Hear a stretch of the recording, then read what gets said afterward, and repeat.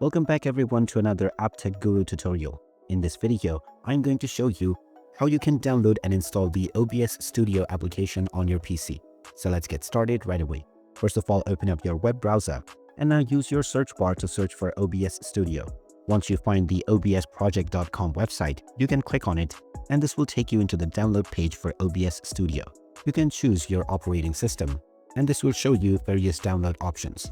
It is recommended to use the installer, so click on Download Installer.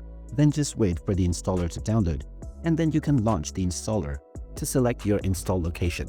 Once you have chosen your location, you will just need to click on the Install button, and then wait for the process to complete.